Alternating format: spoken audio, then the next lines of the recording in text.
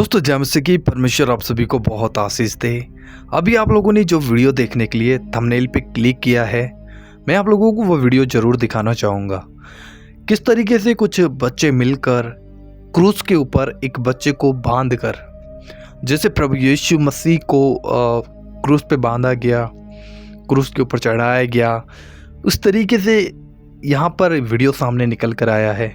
तो मैं चाहता हूँ कि पहले आप लोग इस वीडियो को देखें और इस वीडियो को देखने के बाद में हम लोग डिटेल में बात करने वाले हैं। आइए देखते हैं इस वीडियो को।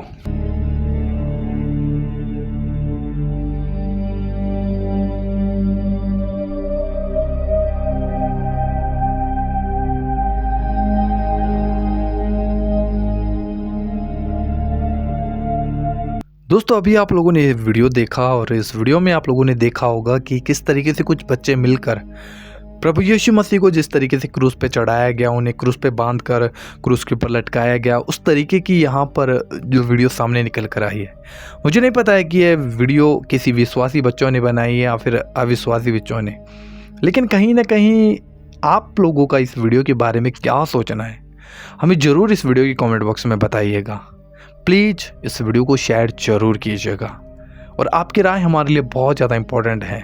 मैं इस वीडियो पे कोई तर्क वितर्क नहीं करना चाहता, मैं कुछ भी यहाँ पर नहीं बोलना चाहता, बट मैं चाहता हूँ कि आप लोग बताएं कमेंट में कि क्या ये हम मसीह लोगों को सौंपा देता है, क्या ये बाइबल के अकॉर्डिंग है, क्या ये सही है। मैं जानता हूँ ये बच्चे हैं, लेकिन कहीं ना कहीं बच्चों को सिखाना मसीह लोगों का फ़र्ज़ है। मसीह माँ बाप, अगर हम प्रभु यीशु मसीह पर विश्वास करते तो हमारे बच्चों को समझाना, सिखाना, प्रभु यीशु मसीह के पद चिन्हों पर चलाना, प्रभु यीशु मसीह की शिक्षाओं को मानना सिखाना, कैसे हमारा जीवन प्रभु यीशु मसीह को दर्शाता है, उन बातों को सिखाना कहीं ना कहीं एक माँ बाप का फ़र्ज़ बन जाता है। लेकिन जब हम प्रभु यीशु मसीह के ऊपर विश्वास भी करते हैं, लेकिन कहीं ना कहीं अपनी जो जिम्मेदारियाँ हैं उन जिम्मेदारियों को अनदेखा करते हैं, तब बहुत से अलग रिजल्ट जो संसारिक माहौल को पैदा करते हैं, ऐसी बातें सामने निकल कर आ जाती हैं। हालांकि मैं इस बात के ऊपर कुछ भी नहीं बोलना चाहता। आपका जो भी राय है ज़रूर इस कमेंट बॉक्स में लिखिएगा। आगे मैं परमेश्वर के दास का एक वचन आप लोगों के साथ में शेयर करने जा रहा हूँ, प्लीज़ आप इसको भी पूरा सुनिएगा। मनुष्यों के बीच आकाश के नीचे कोई दूसरा नाम नहीं दिया गया जिससे उद्धार संभव हो। संसार में तमाम देवी देवता, गुरु, महात्मा, संत, सन्यासी, पीर, पैगंबर, ज्ञानी, तत्वदर्शी आए, सबने ज्ञान बांटा, लेकिन यीशु ने अपना जान दिया है। यीशु मसीह क्रूस पर आपके पापों के लिए लहूलुहान हुआ है। जब तक आप परमेश्वर के वचन को नहीं पढ़ेंगे, आप कदापि जान नहीं पाएंगे कि आप पापी हैं। रोमियो 3:23 कहता है, सबने पाप किया। बड़े बड़े संत महात्मा मेरे पास आते कहते हमने पाप नहीं किया। हम तो महात्मा लोग हैं, हम तो ज्ञानी लोग हैं, हम तो शास्त्री और फरीसी लोग हैं, हमने कौन सा पाप किया है? तुम्हारी बाइबल में लिखा है सबने पाप किया है, तुम मानो ये तुम्हारी बाइबल है। लेकिन मैं परमेश्वर का धन्यवाद देता हूं कि परमेश्वर ने हमारे भारतीय बाप दादाओं से बातचीत की है और भारतीय संतों को आगाह किया है कि हम पापी हैं। पापम पापात्मा पाप कर्मा पाप समात्राहिमा में पुंडरक्षाम सर्व पाप हरे हरे। वैष्णव ब्राह्मण प्रार्थना मंत्र, परमेश्वर मैं पापी हूं और मैंने आपकी दृष्टि में पाप किया है। संत डोंगरे जी महाराज भागवत रस में कहते हैं, हर व्यक्ति ने जो इस स्थान पे है, जो इस पृथ्वी पर पैदा हुआ है, उसने मन और वचन और कर्म से पाप किया है। कोई नहीं कह सकता कि मैंने पाप नहीं किया। अस्तुमा सद्गमय तमसुमा ज्योतिर्गमय मृत्युमा अमृतगमय, हम सभी असत्य में थे। भारतीय दर्शन के 33 करोड़ देवी देवताओं के होने के बाद भी भारतीय दर्शन इस बात की प्रार्थना को पुकार रहा है, हम असत्य में हैं, हमें सत्य में लेकर चलो। हम अंधकार में हैं, हमें ज्योति में लेकर चलो। हम मृत्यु में हैं, हमें अमर जीवन के लिए लेकर चलो। मैं आपको कल बता रहा था अर्जुन के अनुभव को, जब उसने श्री कृष्ण से कहा मैं पापी हूं और मेरे पाप को कौन छुड़ाएगा, मेरे पाप से कौन मेरी रक्षा करेगा। मैंने आपको बताया कि अर्जुन को श्री कृष्ण ने कहा, तुम्हें शरणम गच्छ सर्वभावेन भारतम तत्व प्रसादनम प्रशासिति शाश्वतम। अर्जुन, तुम उस परमेश्वर के पास जाओ जो तुम्हारे पापों को क्षमा करेगा। तुम्हारे पाप कौन क्षमा करेगा? वो परमेश्वर जिसके अनुग्रह से तुम्हारे पाप क्षमा होंगे। ऋग्वेद के 10वें मंडल 133-66 खंड को मैं आपके सामने रखता हूं। परमेश्वर, आप महान परमेश्वर हैं, आप हम पर दया करिए और हमारे समस्त पापों को हमारे जीवन से दूर करिए। ऋग्वेद उसका 7वां मंडल 86 2 से 7 पद को मैं आपके सामने रखता हूं। पाप ने हमको घेर लिया है, पाप ने हमको घेर लिया है, हमारी सहायता करिए, इस बंधन से हमें स्वतंत्र करिए। ऋग्वेद 7वां मंडल उसका 89-3 पद, परमेश्वर मुझ पर दया करिए, मुझे दंड मत दीजिए, मेरे पापों के लिए मुझे दंड मत दीजिए, मैंने पाप किया है, आपकी दृष्टि में मुझे दंड मत दीजिए।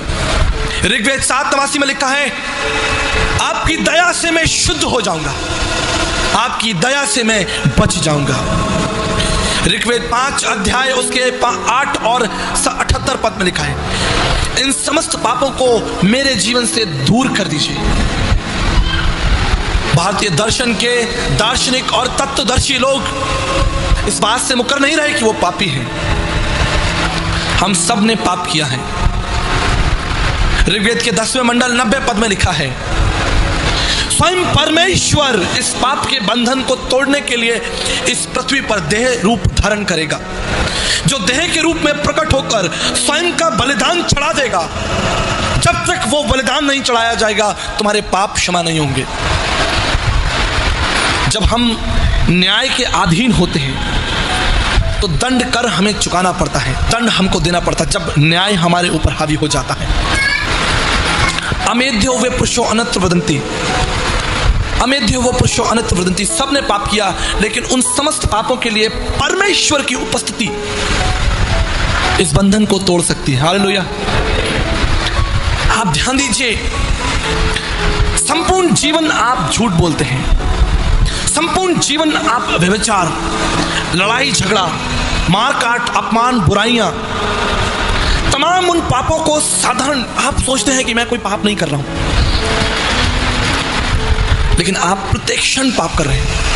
यहोवा परमेश्वर की दृष्टि में, चाहे आप माने ना माने, आप किसी भी जाति, समाज, कुल, भाषा, क्षेत्र, रंग रूप के क्यों ना हो, आप पाप के अधीन हैं।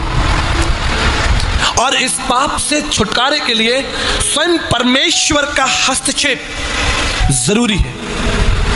देवानुग्रह हेतुक्रम उस परमेश्वर की मांत्रिक उपनिषद, उस परमेश्वर के अनुग्रह से ही तुमको पाप से क्षमा मिलेगी, दूसरा कोई रास्ता नहीं है।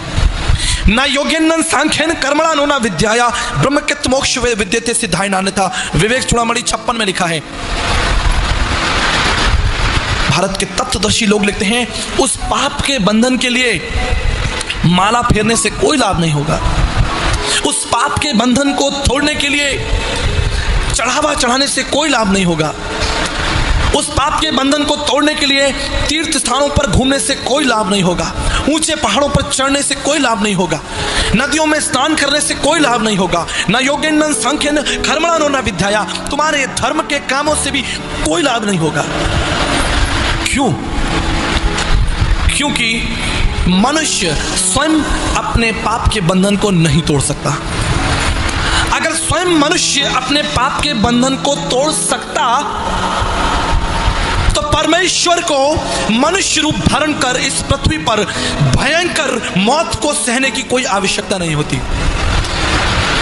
अगर मनुष्य अपने पाप के बंधन से स्वयं फारिग हो जाता तो यीशु को अपने ऊपर थुकवाने की आवश्यकता नहीं होती, प्रभु यीशु मसीह को कोड़े खाने की आवश्यकता नहीं होती, प्रभु यीशु मसीह को लात और घूंसे खाने की आवश्यकता नहीं होती, प्रभु यीशु मसीह को क्रूस पर भयंकर मौत सहने की आवश्यकता नहीं होती, अगर मनुष्य अपनी बुद्धि से उस पाप के बंधन से बाहर निकलता।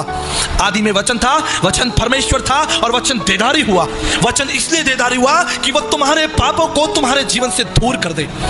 देखो, ये परमेश्वर का मेमना है जो जगत के पापों को उठाकर ले जाता है। यही तो प्रार्थना कर रहे हैं ऋग्वेद के लिखने वाले कि परमेश्वर आप दया करिए, आप हस्तक्षेप करिए, आप मेरे पापों से मुझे स्वतंत्र करिए, आप मुझे इस पाप के भयंकर चक्र से बाहर निकालिए। मौसम कौन कुटिल खलखामी, पापी कौन बड़ो है मुझसे, सब पतितन में नानी, सब पापों में अधिक पापी मैं हूं। गीता के 3 अध्याय 13 पद में लिखा है, यज्ञ शिष्टान्य संतो मुच्यते सर्व किलश। जब तक परमेश्वर यज्ञ नहीं करेगा, जब तक स्वयं परमेश्वर यज्ञ नहीं करेगा, तब तक मनुष्य जाति के लिए उद्धार का द्वार नहीं खुलेगा। ये यज्ञ क्या है और इसे परमेश्वर कैसे करेगा? तद रक्तम परमात्मम पुण्यदान बल्याग्रम सर्व पाप परिहरो रक्त प्रक्षणम मावश्यम। जब तक परमेश्वर स्वयं अपना लहू ना बहाए, ध्यान दीजिए, जब तक स्वयं परमेश्वर का लहू नहीं बहेगा, मनुष्य जाति के पाप का बंधन नहीं टूटेगा। ये बाइबल में नहीं लिखा है, ब्रदर आर्य का उपनिषद में लिखा है। समस्त मानव जाति के पापों के लिए स्वयं परमेश्वर को महायज्ञ करना पड़ेगा। यज्ञ शिष्टानीय संतो समच्छते, अपने बच्चों के छुटकारे के लिए, संतों के छुटकारे के लिए परमेश्वर का यज्ञ। आप समझ रहे हैं कौन है वो परमेश्वर और कैसे वो मेरे पापों को क्षमा करेगा? कैसे मैं जानूंगा, कैसे मैं समझूंगा कि वो परमेश्वर कौन है? जाकी रही भावना जैसी, तितवा ने देखी सूरत जैसी। जिसकी जो समझ में आया उसने ईश्वर को बना दिया। किसी ने लाल कर दिया, किसी ने पीला कर दिया, किसी ने 10 हाथ लगा दिए, किसी ने 12 हाथ लगा दिए, किसी ने धनुष पकड़ा दिया, किसी ने चक्र पकड़ा दिया, किसी ने गदा पकड़ा दिया।